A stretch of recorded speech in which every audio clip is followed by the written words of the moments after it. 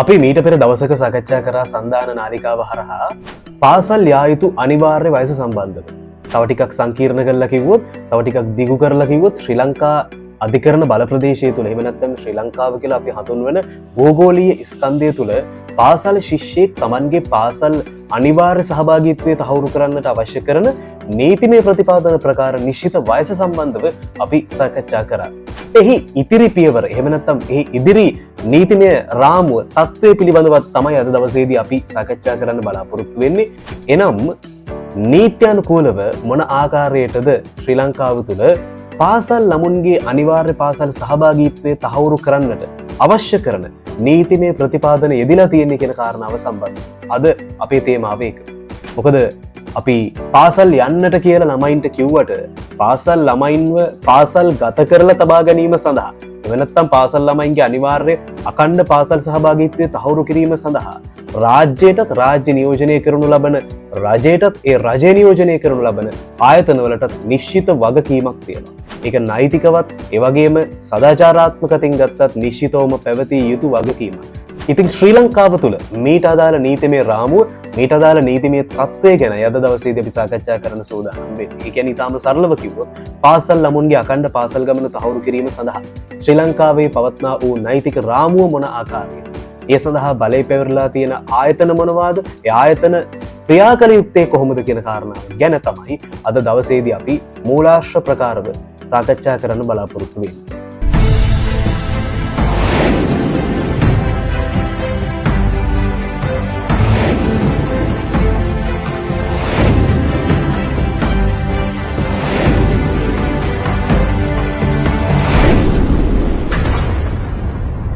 මේට අදාළව අපට මුණගැහෙන අතිශයින්ම ප්‍රධානතම මූලාශ්‍රයක් බවට පත්වෙන්නේ 1939 අංක 31 දරන අධ්‍යාපන ආඥා පනත. ශ්‍රී ලංකාවේ අධ්‍යාපන නීතිය සම්බන්ධව සාකච්ඡා කරනකොට අපිට අධ්‍යාපන ආඥා පනත මගහැරලා කිසිවක් සාකච්ඡා කිරීමේ හැකියාවක් උදා වෙන්නේ නැති බව ඔබ දන්නවා. මේ අධ්‍යාපන ආඥා පනතේ 56 වෙනි වගන්තිය තුල මෙන්න මෙහෙම සඳහන් කරනවා. යම් මහේස්ත්‍රාත්වරයෙකුගේ අධිකරණ සීමාව තුළ පාසල් වී කිසියම් ළමයෙකු පාසල් යාම නිතර සහ සාධාරණ හේතු රහිතව මගහරිනම් හෝ මගතොට නිතර ඇවිදිමින් නිසි පාලනයකින් තොරව ඇති බව දක්නා ලදහොත් හෝ පිළිවෙලක් නොමැතිව හෝ දුරාචාරයේ හැසිරෙන්නන් සමග හෝ නමගිය අපරාධකරුවන් සමග හෝ ගැවසෙන්නේ නම් හෝ එම ළමයාට හා ළමයාගේ දෙමව්පියන්ට නිසි අවවාද දීමෙන් පසු මහේස්ත්‍රාත්වරයා වෙත ලිඛිත වාර්තාවක් ඉදිරිපත් කිරීම නියමිත නිලධාරියාගේ යුතුයකම වන්නේය. මේ අනුව අපට පැහැදිලි මොන ආකාරයේ මූලික ප්‍රතිපාදනයක්ද තියෙන්නේ යම් කිසි ළමයෙක් නිතර හා සාධාරණ හේතු රහිතව පාසල් ගමන මගහරිනවා නම් මූලිකව කරන්නට තියෙන කාර්යභාරය සම්බන්ධව. එනෝ මෙතන ප්‍රධාන වශයෙන් අපිට සන්දර්භ දෙකක් මතුවෙනවා. එකක් තමයි මහේස්ත්‍රාත්වරයෙකුගේ මහේස්ත්‍රාත් බල ප්‍රදේශය කියන එක. ඒ වගේම තවත් පසකින් අදාළ නියමිත බලධාරියා කියන එක. අපි හඳුනා ගන්නට අවශ්‍ය මේ අදාළ නියමිත බලධාරියා කියන්නේ කවුරුන්ද යන වග අපි ඊළඟට අපි සාකච්ඡා කරන ප්‍රතිපාදනය තුළ අපි මේ කාරණාව ගැන සාකච්ඡා කරනවා. එතෙක් මේ නියමිත බලධාරියා කියන වචනේ ඔබ ඔළුවේ තබා ගන්න.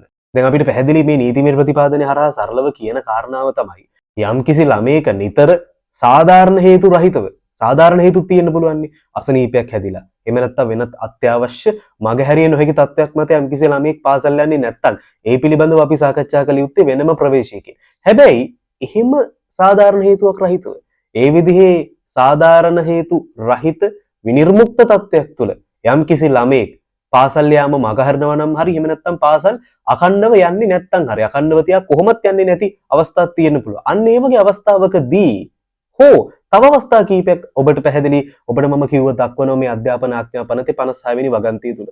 ඒ තමයි ළමයා නිතර මගතොට ඇවිදිමින් පාලනයකින් තොරව කටයුතු කරනවායි කියලා පේනවනම්, සරලව කිව්වොත් ළමයා රස්තියාදු ගහනවායි කියලා පේනවනම්, ඒ වගේම පිළිවෙලක් නැතුව දුරාචාරයේ හැසිරෙන්නන් සමග හරි නමගිය අපරාධකරුවන් සමග හරි, අන්න වැදගත් කාරණාවක්. අන්න ඒ විදිහට ළමයා ගැවසෙනවා නම්, ඒ අයව ළමයා ඇසුරු කරනවායි කියලා පේනවනම්, එවැනි විටකදී අදාළ නියමිත බලධාරියාගේ යුතුයකම තමයි අදාළ ළමයාටත් ඒ වගේම අදාළ ළමයාගේ දෙමව්පියන්ටත් මේ පාර්ශව දෙකටම නිසි අවවාද දීමෙන් පසුව, නිසි අවවාද දෙන්න ඕනේ මුලින්ම. එහෙම නිසි අවවාද දීමෙන් පස්සේ අදාළ බලධාරියා අදාළ තත්ත්වයේ සම්බන්ධ ලිඛිත වාර්තාවක් දෙන්නට අවශ්‍යයි මේ නීතිමය ප්‍රතිපාදනයේ ප්‍රකාරව මහේස්ත්‍රාත්වරයාට. අදාළ බල ප්‍රදේශයට අයිති මහේස්ත්‍රාත්වරයාට, මහේස්ත්‍රාත් උසාවියට නිසි ලිඛිත වාර්තාවක් මේ තත්ත්වය සම්බන්ධව ඉදිරිපත් කරන්න ඕනේ. මේ එක ළමයෙක් සම්බන්ධව. එක ළමයෙක් වුණත් මේ විදිහට හැසිරෙන්නේ, එක ළමයෙක් වුණත් මේ විදිහට Tamanගේ චර්යාවන් සකසගෙන තියෙන්නේ. අනිවාර්යෙන් නියමිත බලධාරියාගේ යුතුයකම තමයි මේ නීතිමය ප්‍රතිපාදන ප්‍රකාරව මෙවැනි ක්‍රියාදාමයක් අනුගමනය කරන එක. ඒ වගේම අධ්‍යාපන ආඥා පනතේ තවදුරටත් මේ විදිහට සඳහන් කරනවා. එවැනි ළමයාද සොයාගත හැකි නම් දෙමව්පියන්ද මහේස්ත්‍රාත්වරයා විසින් තමා ඉදිරියට කැඳවනු ලැබ එම වාර්තාවේ සත්‍යතාව ගැන සෑහීමකට පත්වන්නේ නම් ඒ ළමයා පිරිමි ළමයෙකු වේ නම් ශාරීරික දඬුවම් ආඥා පනතේ විධිවිධාන යටතේ ඔහුට වේවැල් පහර දීමට නියෝග කිරීමට හෝ ළමයින් සහ තරුණ අය පිළිබඳ ආඥා පනත යටතේ මහේස්ත්‍රාත්වරයාට නිසියයි සැලකෙන අමාත්‍යවරයා විසින් අනුමත කරන ලද යම් පාසලකට හෝ ආයතනයකට වරහන් තුල පිළිගත් පාසල් වෙන්න පුළුවන්, සහතික කළ කාර්මික පාසල් වෙන්න පුළුවන් හෝ යම් කිසි කාල සීමාවකට යැවීමට නියෝග කළ හැකි වේ. මේ ප්‍රතිපාදනය හරහා පැහැදිලි කළ තියෙනවා මහේස්ත්‍රාත්වරයාට අර විදිහේ ළමයේ සම්බන්ධව ගත හැකි පියවර මොනවාද කියලා. අපි අර ශාරීරික දඬුවම් ආඥා ප්‍රති ප්‍රතිපාදනය යම් මොහොතකට පැත්තකින් තිබ්බත් ඉන් අනතුරුව තියෙන ප්‍රතිපාදනය අතිශයින්ම වැදගත්. මොකක්ද ප්‍රතිපාදනය? ඒ ප්‍රතිපාදනය තමයි මහේස්ත්‍රාත්වරයාට හැකියාවක් තියෙනවා මේ විදිහේ ළමයෙක්ව මහේස්ත්‍රාත්වරයාට හොඳයි කියලා හිතන, නිසියයි මහේස්ත්‍රාත්වරයාට සැලකිය හැකි, සුදුසුයි කියලා හිතන යම්කිසි පිළිගත් පාසලකට කිව්වට පස්සේ අධ්‍යාපන අමාත්‍යවරයා විසින් අනුමත කරලා තියෙන නිසි විධිමත් පාසලක් වෙන්නට අවශ්‍යයි. ඒ සමහර විට සහතික කරන ලද කාර්මික පාසලක් වගේ දෙයක් වෙන්නටත් පුළුවන්. මොකද සමහර විට ළමයා කාර්මික අධ්‍යාපනයකට එහෙම නැත්නම් එවැනි වෘත්තීය අධ්‍යාපනයකට යොමු කරන එක වඩා සුදුසුයි කියලා මහේස්ත්‍රාත්වරයාට හිතෙන්න පුළුවන්.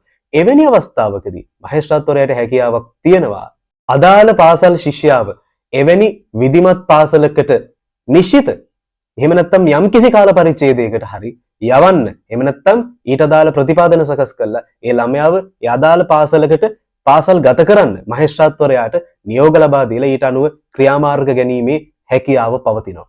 ඒ වගේම අධ්‍යාපන ආඥා පනතේ 56 වෙනි වගන්තියේ තවත් වැදගත් කාරණාවක් මේ විදිහට සඳහන් කරනවා. පිළිගත් පාසලේදී ළමයාගේ නඩත්තුව සහ අධ්‍යාපනය සඳහා වැය වෙන මුදල මුලදී දෙපාර්තමේන්තුවෙන් පියවිය යුතු නමුත් එම නඩත්තුව සඳහා වැය වෙන මුළු මුදල හෝ ඉන් කොටසක් හෝ ඒ ළමයාගේ දෙමව්පියන් විසින් ගෙවී යුතු වන ලෙස නියෝගයක් සිය අභිමතය පරිදි මහේස්ත්‍රාත්වරයා විසින් නිකුත් කළ හැකි වන අතර නියමිත නිලධාරියාගේ ඉල්ලීම් උඩද එවැනි නියෝගයක් නිකුත් කළ හැකි වන්නේය. මේ අනුව පැහැදිලි මොන ආකාරයේ ප්‍රබල නීතිමය ප්‍රතිපාදනයක් මේ පාසල් ළමුන්ගේ පාසල් අධ්‍යාපනය සහ පාසල් ළමුන්ගේ විධිමත් අධ්‍යාපනය සාක්ෂාත් කර ගැනීම සඳහා ශ්‍රී ලංකාවේ තියෙනවාද කියන කාරණාව සම්බන්ධව බලන්න. මෙහි සඳහන් කරනවා ඒ අදාළ පාසලට හෝ එහෙම නැත්නම් පිළිගත් කාර්මික පාසලකට හරි ළමයාව ඇතුළත් කරනවා නම් එහි සම්පූර්ණ හරි එහෙම නැත්නම් මුල් කොටස හරි එහෙමත් නැත්නම් ඉන් කොටසක් හරි දෙපාර්තමේන්තුවට පියවන්නේ කියලා. ඒ කියන්නේ අධ්‍යාපන දෙපාර්තමේන්තුව ගැන මේ සඳහන් කරන්නේ දෙපාර්තමේන්තුවට පියවන්නේ කියලා නියෝග නිකුත් කිරීමේ හැකියාව තියෙනවා මහේස්ත්‍රාත්වරයාට. විශේෂයෙන්ම පිළිගත් අදාළ පාසලේදී දරුවගේ කාරණා දෙකක් සඳහා පළවෙනි එක තමයි නඩත්තුව. ඒ වගේම අධ්‍යාපනය. මේ නඩත්තුව සහ අධ්‍යාපනය කියන කාරණා දෙකම සඳහා මුළු මුදල එහෙම නැත්නම් ඉන් කොටසක් හරි දෙපාර්තමේන්තුවට පියවන්නේ කියලා. එහෙම නැත්නම් දෙපාර්තමේන්තුව හරහා පියවා ගැනීමට සලස්වන්නේ කියලා මහේස්ත්‍රාත්වරයාට නියෝගයක් නිකුත් කරන්න පුළුවන්. ඇත්තටම ගත්තොත් මේ අධ්‍යාපන ආඥා පනතේ සඳහන් කරන්නේ මුල් කොටස. ඒ අදාළ ළමයාගේ නඩත්තුව සහ අධ්‍යාපනය සඳහා අදාළ පිළිගත් පාසලේදී වැයවන මුල් කොටස මුල් කොටස මුලදී දෙපාර්තමේන්තුව පියවිය යුතු බව තමයි සඳහන් කරන්නේ. ඉන් අනතුරුව අවශ්‍ය නම් පසුව නියෝග කරන්නට හැකියාවක් තියෙනවා අදාළ ළමයාගේ නඩත්තුව සඳහා වැයවන මුළු මුදල හරි එහෙම නැත්නම් ඉන් කොටසක් හරි ඒ ළමයාගේ දෙමව්පියන්ට ගෙවන්නේ කියලා නියෝග කිරීමේ හැකියාවක් තියෙනවා පසුව. එය මහේස්ත්‍රාත්වරයාගේ අභිමතය පරිදි නිකුත් කිරීමේ හැකියාවකුත් තියෙනවා. ඒ වගේම අදාළ නියමිත බලධාරියාගේ ඉල්ලීම පරිදි එවැනි නියෝගයක් නිකුත් කිරීමේ හැකියාවකුත් නීතිය මගින් උදා කරලා දීලා තියෙනවා. මේ සියල්ලට අමතරව අධ්‍යාපන ආඥා පනතේ 57 වෙනි වගන්තියේ මේ විදිහට සඳහන් කරනවා. ළමයෙකු පාසලකට නොයැවීම පිළිබඳ වරදකර වූ විට දඩයක් නියම නොකර ළමයා පාසලට යැවිය යුතුයයි නියෝග කිරීමට අධිකරණයට බලය තිබේ. එම නියෝගය අනුව ළමයා පාසලට යැවීමට නොහැකි වූහොත් දඩ මුදලක් ගෙවීමට නියෝග කළ හැක. ඒ කියන්නේ සරලව කිව්වොත් ළමයා පාසල් නොයන තත්ත්වයක් තුල ඒ ළමයාගේ දෙමව්පියන්ට දඩ ගහන්නේ නැතිව නීති ඉදිරියේ දඩ මුදලක් නියම කරන්නේ නැතුව ඒකේ එහෙම නැතිව කියන එකේ ප්‍රත්‍යර්ථය තමයි එහෙම නියම කරන්න පුළුවන් කියන එක. හැබැයි මහේස්ත්‍රාත්වරයාට බලය තියෙනවා අධිකරණයට බලය තියෙනවා. එimhe දඩ මුදලක් නියම කරන්නේ නැතිව ළමයාව අනිවාර්ය පාසල් සහභාගීත්වය තහවුරු වන ලෙස ළමයාගේ අනිවාර්ය අඛණ්ඩ පාසල් සහභාගීත්වයේ තහවුරු කරන්නේ කියලා නියෝගයක් නිකුත් කරන්න. ඒ කියන්නේ නැවත සරලව කිව්වොත් දඩ ගහන්න නැතුව ළමයාව පාසල් යවන්න කියලා නියෝගයක් විතරක් නිකුත් කරන්නත් අධිකරණයට බලය තියෙනවා. හැබැයි යම් මොහොතකදී එලෙස නිකුත් කරන ලද නියෝගය අනුව කටයුතු කරන්නේ නැතිව, ඒ කියන්නේ ළමයාව පාසල් සහභාගීත්වය අඛණ්ඩව ළමයාගේ පාසල් සහභාගීත්වය තහවුරු කරන්න බැරි නම් දෙමව්පියන්ට හරි අදාළ බාරකරුවන්ට හරි එවැනි විටකදී දඩ නියම කිරීමේ හැකියාව තියෙනවා. මුලින්ම දඩ ගහන්න නැතුව නියෝගයක් විතරක් නිකුත් කරන්න පුළුවන්. හැබැයි මේ නියෝගයේ පිළිපදින්න නැත්නම්, මේ නියෝගයට අනුව නිසි පරිදි ක්‍රියා කරන්නේ නැත්නම් අන්න එවැනි විටකදී දඩ මුදලක් නියෝග කිරීමේ හැකියාවකුත් අධිකරණයට තියෙනවා. ඒ වගේම තවදුරටත් මෙහෙමත් සඳහන් කරනවා 57 වෙනි වගන්තියේ ඉතිරි කොටස් තුල දෙමව්පියෙකු විසින් පාසලට යා යුතු වයසේ ළමයෙකු තමා ඉදිරියට පමුණුවන ලෙස අධිකරණයට සිතාසි නිකුත් කළ හැකි වන අතර එම සිතාසිය අනුව තමා වෙත පැවරී ඇති වගකීම් පැහැර හැරීම ගැන සාධාරණ හේතුවක් ඉදිරිපත් නොකිරීම හේතු කොට කිසියම් දෙමව්පියෙකු වරදකරු වන්නේය. ඒ කියලා කියන්නේ ඊටාම සරලව කිව්වොත් අධිකරණයට නියෝගයක් නිකුත් කරන්න පුළුවන් දෙමව්පියන්ට අදාළ පාසල් යන්නේ නැති ළමයාව අධිකරණ ඉදිරියට පමුණුවන්න කියලා. ඒ සඳහා වන සිතාසි නිකුත් කිරීමේ හැකියාව අධිකරණයට තියෙනවා. එම සිතාසිය අනුව ළමයාගේ අඛණ්ඩ හා සාධාරණ පාසල් ගමන තහවුරු කරන්න බැරිවීම සම්බන්ධව ඒ ළමයාගේ දෙමව්පියන්ට නිසි හා සාධාරණ පිළිතුරු බැඳීමට අධිකරණ ඉදිරියේ හැකියාවක් නොලැබුණොත් ඒ දෙමව්පියන් එම නැත්නම් අදාළ බාරකරුවන් නීති ඉදිරියේ වරදකරුවෙක් බවට පත් වෙනවා කියලා තමයි මේ ප්‍රතිපාදනය තුල විග්‍රහ කරන්නේ. සරලව කිව්වොත් එම සිතාසිය අනුව Tamanගේ වගකීම් පැහැර හැරීම සම්බන්ධව සාධාරණ පිළිතුරක් දෙමව්පියන්ට ඉදිරිපත් කරන්න හැකියාවක් නොලැබුණොත් එවැනි විටකදී දෙමව්පියන් නීති ඉදිරියේ වරදකරුවෙක් බවට පත් වෙනවා කියලා තමයි ඊටාම සරලව කිව්වොත් මේ සඳහන් කරන්නේ.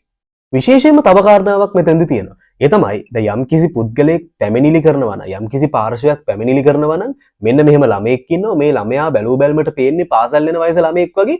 හැබැයි මේ ළමයා පාසල් යන්නේ නැහැ. මෙන්න මෙහෙම පැමිණිල්ලක් එනවා අදාළ ආයතනයකට. ඒක උසාවි ඉදිරියට යනවා කියලා ඔබ හිතන්නකෝ. එවැනි විටකදී අදාළ ළමයා ඇත්තටම පාසල් යන වයසේ ළමයෙක් නෙමෙයි නම් ඒක බැලූ බැලමට පේන විදිය පමණක් නම් ඒක ඇත්තටම යථාර්ථය නෙවෙයි නම් ඒ වගේ ඔප්පු කිරීමේ වගකීම එහෙම නැත්නම් අපි කියන ඔප්පු කිරීමේ භාරය තියෙන්නේ වග උත්තරකාර පාර්ශවයන්ට. ඒ කියලා කියන්නේ සරල වේ ළමයාගේ දෙමව්පියන්ට හෝ බාරකරුවන්ට විය හැකියි.